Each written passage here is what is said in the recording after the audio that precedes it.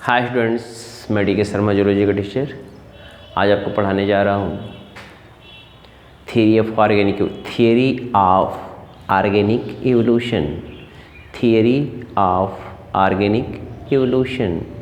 वो theory of organic evolution क्या है? पहला है लैमार्क। पहला हेडिंग लिखेंगे लैमार्क थियरी। डिफरेंट थियरी दी गई थी इवोल्यूशन के विषय में। लैमार्क थियरी या इसी को बोलते हैं लैमार्किज्म। लैमार्किज्म बहुत ध्यानपूर्वक समझिएगा। थियरी ऑफ ऑर्गेनिक इवोल्यूशन या Lamarckism. Theory of organic evolution या लैमार्किज्म। हो गया। इस थियरी को प्रपोज करने वाले साइंटिस्ट थे लैमार्क। आप इंटर से पढ़े आए हो, लैमार्क ही थे, LAMARC के लैमार्क।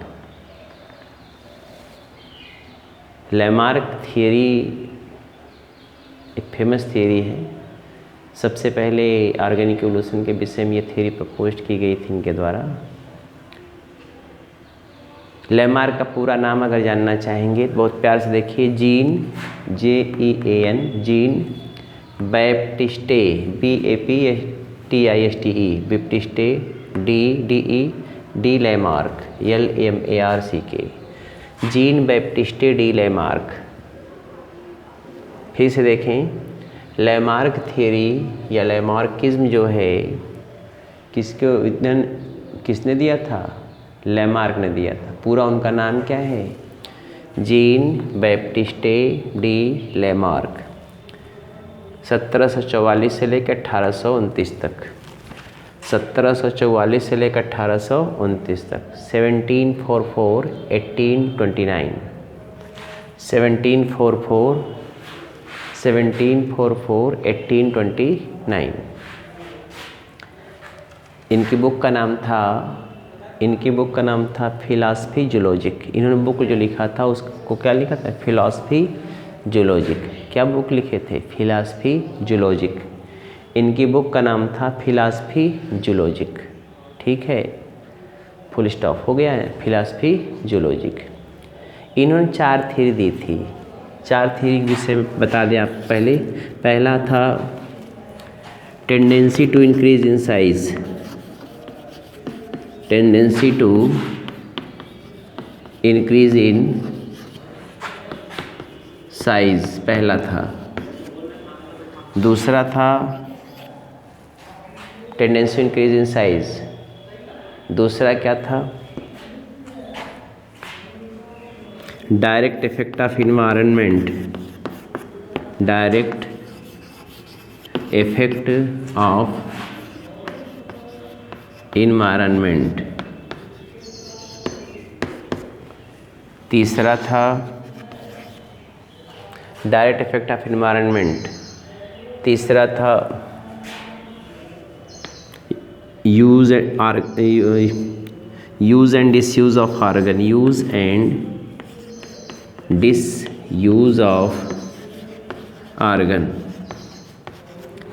चौथा उन्होंने बताया था, इसी के नाम से इनका थियरी फेमस है।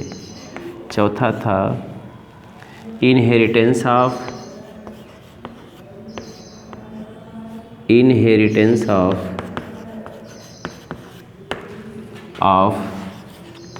Acquired character. ACQUIRED। Acquired character. Inheritance of acquired character. इन्होंने 4 थियरी दी थी, 4 बातें बताई थी।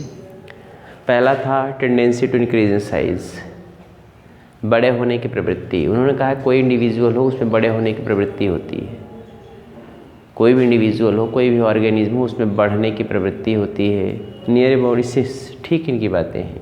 लिमिट लगा दी होते तो बात खत्म हो जाती है कि एक लिमिट होता है, उस लिमिट के बाद कोई ग्रोथ नहीं करता है। बोलिए ना। जैसे मैंने क्या कहा, tendency to increase in size. Lamarck ने बताया पहली बात जो उनका था tendency to increase in size, बड़े होने की प्रवृत्ति थी। उन्होंने कहा कोई भी ऑर्गेनिज्म हो, चाहे प्लांट हो या एनिमल्स, उनमें बढ़ने की प्रवृत्ति होती है, ग्रोथ करने की प्रवृत्ति होती है, बढ़ने की प्रवृत्ति होती है, ग्रोथ करने की प्रवृत्ति होती है। इसी को बोलते हैं tendency to increase in size. अगर लिमिट लगाए तो इनकी बात बिल्कुल सही थी, कट कहाँ से कटता। दूसरी बात डायरेक्ट इफेक्ट ऑफ इन्वायरमेंट। इन्होंने कहा वातावरण का सीधा प्रभाव पड़ता है। इन्होंने कहा वातावरण का क्या पड़ता है, सीधा प्रभाव पड़ता है। इन्होंने बताया वातावरण का सीधा प्रभाव पड़ता है, ये दूसरी बात इन्होंने बताई। डायरेक्ट इफेक्ट ऑफ इन्वायरमेंट, वातावरण का सीधा प्रभाव पड़ता है। कोई भी ऑर्गेनिज्म हो, वातावरण का उसमें क्या होता है, सीधा प्रभाव पड़ता है, डायरेक्ट इफेक्ट पड़ता है किसी भी इंडिविजुअल में। समझ रहे हैं ना। हालांकि ये भी बात इनको ठीक है, लेकिन जिनका भी इफेक्ट होता है ये जानते रहिएगा। Use and disuse of organ. उन्होंने कहा जिस अंग का ज़्यादा उपयोग करेंगे वो ज़्यादा विकसित होगा, जिस अंग का कम उपयोग करेंगे वो कम विकसित होगा और धीरे धीरे वेस्टिजियल होकर ख़त्म हो जाएगा। उन्होंने कहा जिस अंग का ज़्यादा उपयोग करेंगे वो ज़्यादा विकसित होगा, इसको बोलते यूज़। और फिर डिसयूज़, जिस अंग का उपयोग करेंगे वो क्या हो जाएगा, वीक हो जाएगा, वो धीरे धीरे क्या होगा, वेस्टिजियल होगा और अंत में ख़त्म हो जाएगा। इन्होंने ऐसा बताया। फिर उन्होंने बताया इनहेरिटेंस ऑफ एक्वायर्ड कैरेक्टर। इन्होंने कहा जो लक्षण इंडिविजुअल अपने लाइफ में एक्वायर्ड करता, अर्जित करता है, इकट्ठा करता है, वे लक्षण जो इंडिविजुअल अपने लाइफ में क्या करता है, एक्वायर्ड करता है, वो पीढ़ी दर पीढ़ी क्या होती है, चलने लगती है। एक्वायर्ड करता है वो पीढ़ी दर पीढ़ी क्या होती है, चलने लगती हैं। Those character which are acquired by organism, those structure which are acquired by organism, which are acquired by organism, acquired by organism in their lifetime, transfer from one generation to next generation, transfer from one generation to next generation, transfer from one generation to next generation। ये दूसरी बात उन्होंने बताई। तो 4 बातें बताई। पहला tendency to increase in size, बड़े होने की प्रवृत्ति, कोई इंडिविजुअल बढ़ता रहता है, लिमिट नहीं लगाया। दूसरा डायरेक्ट इफेक्ट ऑफ इन्वायरमेंट, वातावरण का क्या पड़ता है, सीधा प्रभाव पड़ता है, इसमें भी उन्होंने लिमिट नहीं लगाया। तीसरा है use and disuse of organ, जिस अंग का उपयोग करेंगे ज़्यादा विकसित होगा, जिस अंग का कम उपयोग करेंगे क्या होगा, कम विकसित होगा, use and disuse of organ. तीसरा है इनहेरिटेंस ऑफ एक्वायर्ड कैरेक्टर, उपार्जित लक्षणों की वंशा गति। इसका मतलब होता है वे कैरेक्टर जो इंडिविजुअल अपने लाइफ टाइम में एक्वायर्ड करता है वो पीढ़ी दर पीढ़ी क्या होता है, चलने लगता है, वो पीढ़ी दर पीढ़ी क्या होता है, चलने लगता है। ये है इनहेरिटेंस ऑफ एक्वायर्ड कैरेक्टर। अगर कोई प्रॉब्लम हो तो आप बताएं, है ना। ये है 4 बातें, तो इसी के विषय में लिखना है। कौन, लैमार्क थ्योरी किसने दिया था, जीन बैप्टिस्टे डी लैमार्क, पूरा नाम लैमार्क का है, gene GEAN, gene Baptiste D Lamarck. 1744 से लेकर 1829 तक, 1744 to 1829। इनकी बुक का नाम था फिलॉसफी जूलॉजिक। ये 1829 में इन्होंने पब्लिश किया था। कब पब्लिश किया था, 1829 में, या पहले भी किए रहे, कोई गारंटी नहीं है। हो गया। अब ध्यान दीजिए टेंडेंसी टू, अब इसमें 4 बातें इन्होंने बताया, तो 4 बातें के विषय में लिखना, ज़्यादा बताने का मतलब कुछ है नहीं, लिखना है यार, लिखो। हाँ लिखिए। लैमार्क थियरी वारा लैमार्किज्म, लैमार्क थियरी वारा Lamarckism,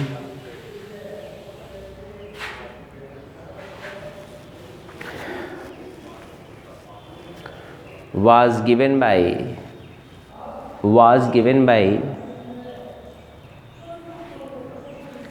gene Baptiste D Lamarck. पूरा लिख लीजिए नाम देख के, gene Baptiste JEAN, gene Baptiste BAPTISTE, Baptiste D Lamarck, gene Baptiste D Lamarck, bracket में 1744 से 1829, 1744 to 1829।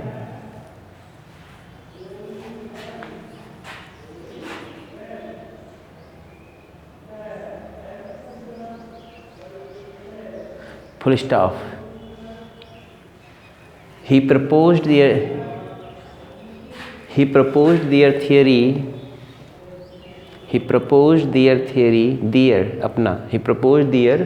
theory in his book in his book,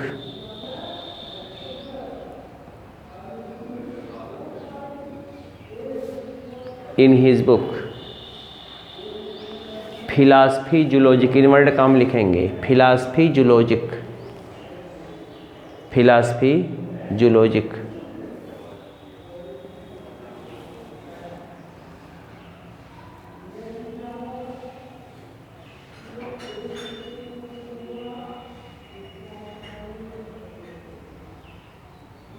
हो गया, full stop. Lamarck theory is popularly known as, Lamarck theory is popularly known as, Lamarck theory is popularly known as, Lamarck theory is popularly known as, popularly known as inheritance of acquired character, ये लिखा हुआ है, inheritance of acquired character, inheritance of, inheritance of acquired character, inheritance of acquired character, inheritance of acquired character.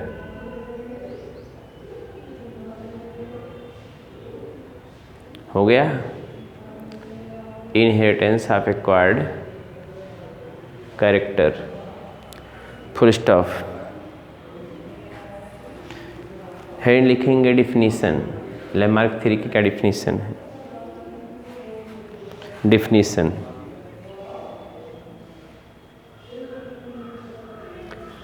Definition लिखिए, any change in structure and function of, any change in structure and function of,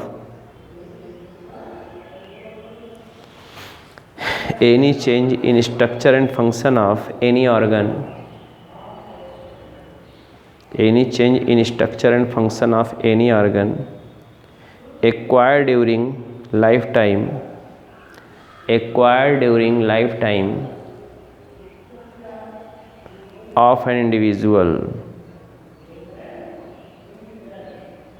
acquired during lifetime of an individual in response to change in the, in response to change in the,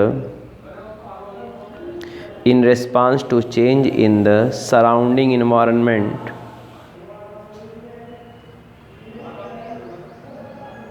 in response to change in the surrounding environment are inherited by, are inherited by parent to their offsprings, are inherited by parents to their offsprings, parents to their offsprings।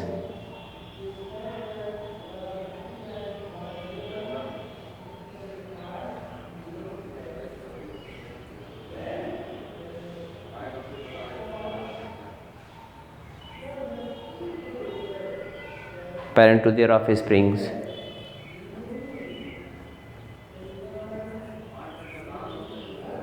and adding up over a period of time, and adding up over a period of time, adding up over a period of time। हो गया, head डालेंगे postulate of Lamarck theory, postulate, POSTULATE,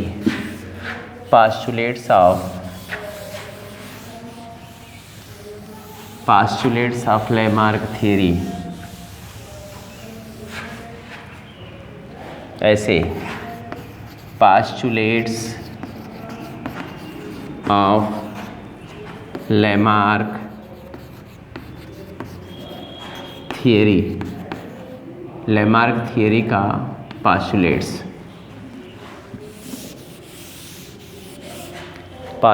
of Lamarck theory.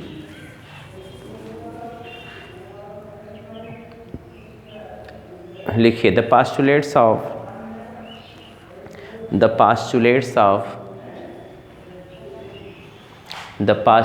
of Lamarck theory. The postulates of Lamarck theory are given as below. The postulates of Lamarck theory are given as below.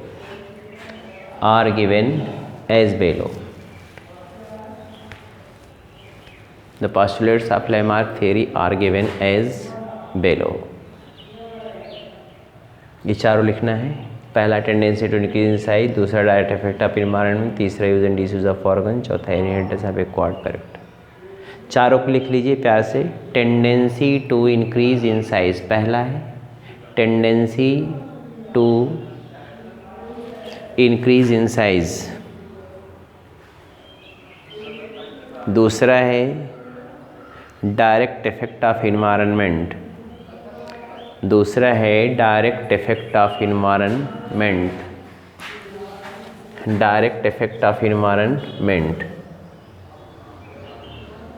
है use and disuse of organ,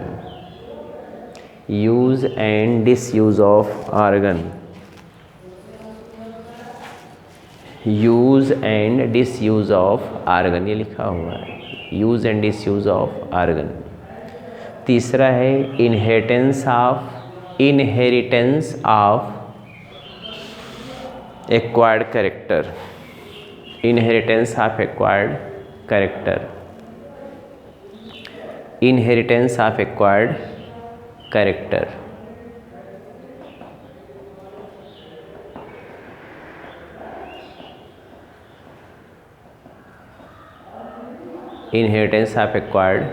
character, हो गया. तो पहला heading लिखेंगे tendency to increase in size. पहला heading लिखेंगे tendency to increase in size.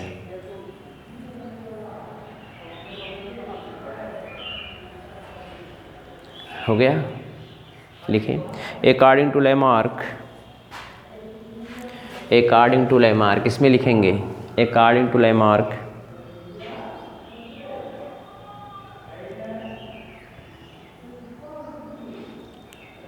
every organism have tendency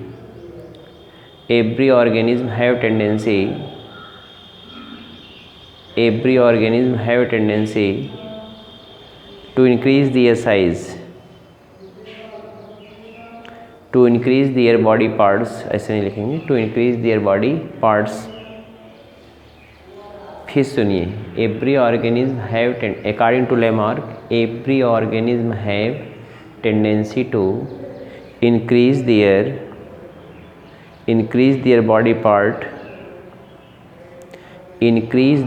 part and grow in size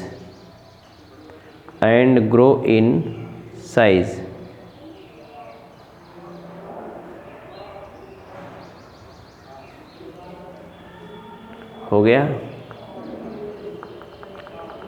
full stop. every organism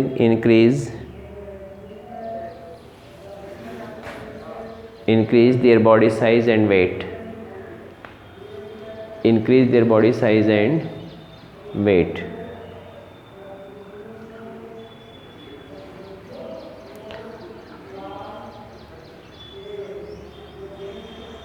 Full stop. But this postulate is not true.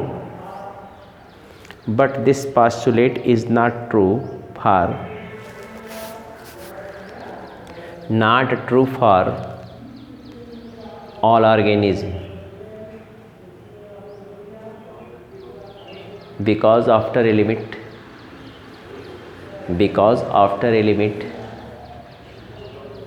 they could not grow they could not grow in size.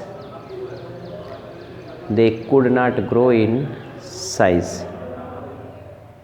हो गया, they could not grow in size. अगला इन डालेंगे direct effect of environment. Direct effect of environment, वातावरण का सीधा प्रभाव. वातावरण का सीधा प्रभाव, ये डायरेक्ट इफेक्ट ऑफ इन्वायरमेंट. इसके विषय में लिखना पसंद करेंगे. अकॉर्डिंग टू लेमार्क, लेमार्क के अनुसार, according to Lamarck,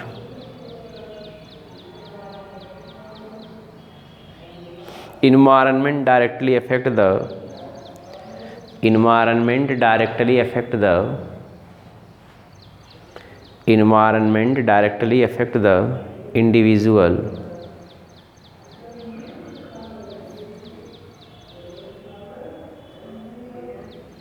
according to Lamarck, environment directly affect the individual. हो गया, full stop. Change the environmental condition, change the environmental condition influence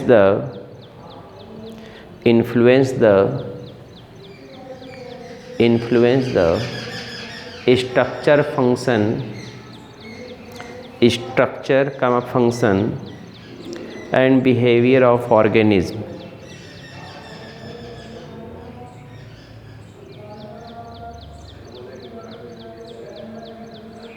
फिर सुनिए, change environmental condition influence the structure function and behaviour of organism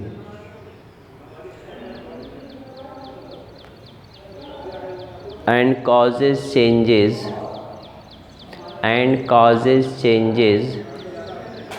in organism, causes changes in organism.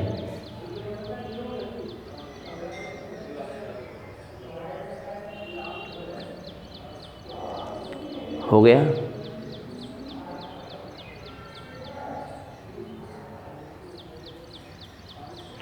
But it is also not fully true.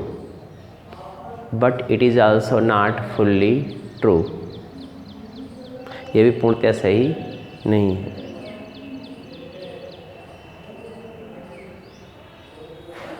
तीसरा, use and disuse of organ. तीसरा heading लिखेंगे, use and disuse of organ. Use and disuse of organ.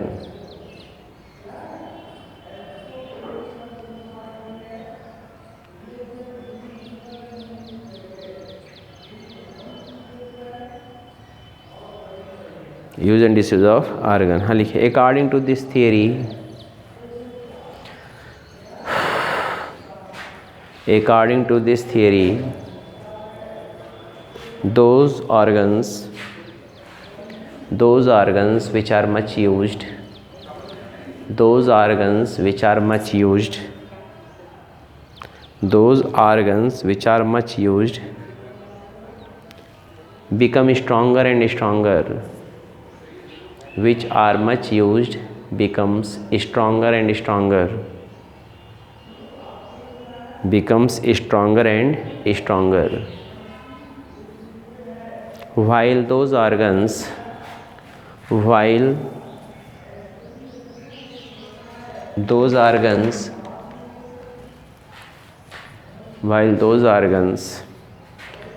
which are disused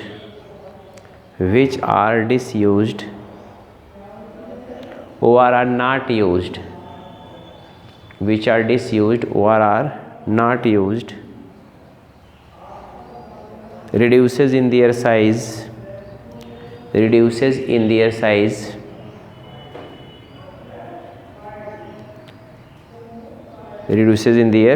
and finally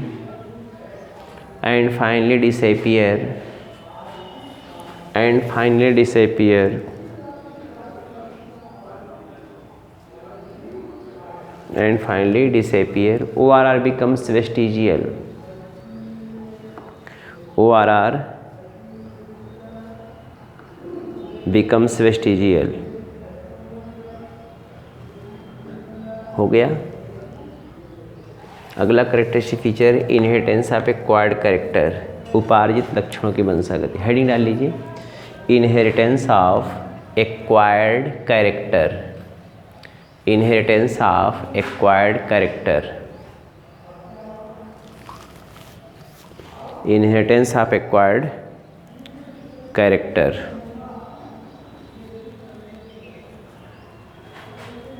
हो गया, लिखिए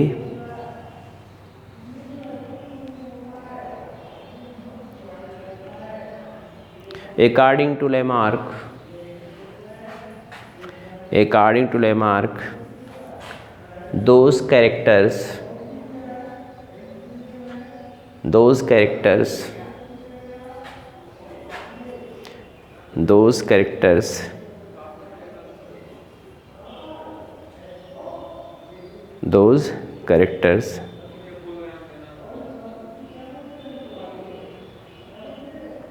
which are acquired in their lifetime of organism, in their lifetime of organism,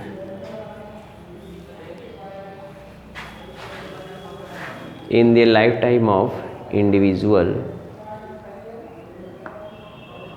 inherited from, कमा करके, inherited from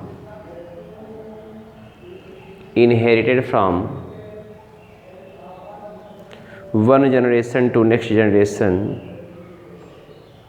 one generation to next generation,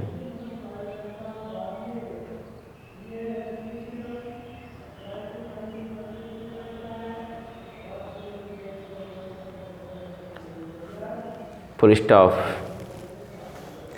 In every generation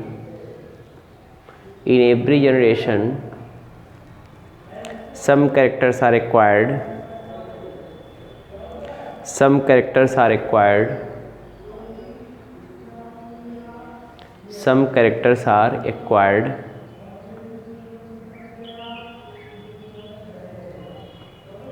and after accumulation of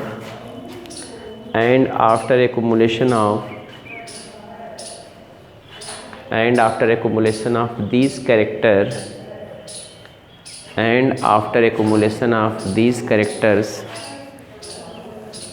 and after accumulation of these characters,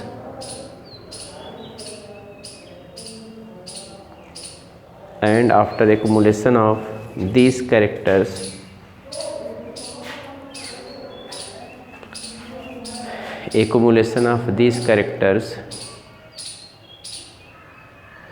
and after accumulation of these characters,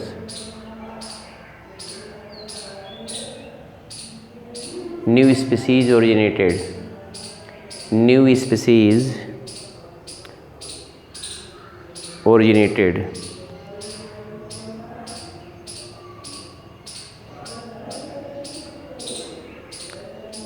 हो गया। Hand डालेंगे example, example,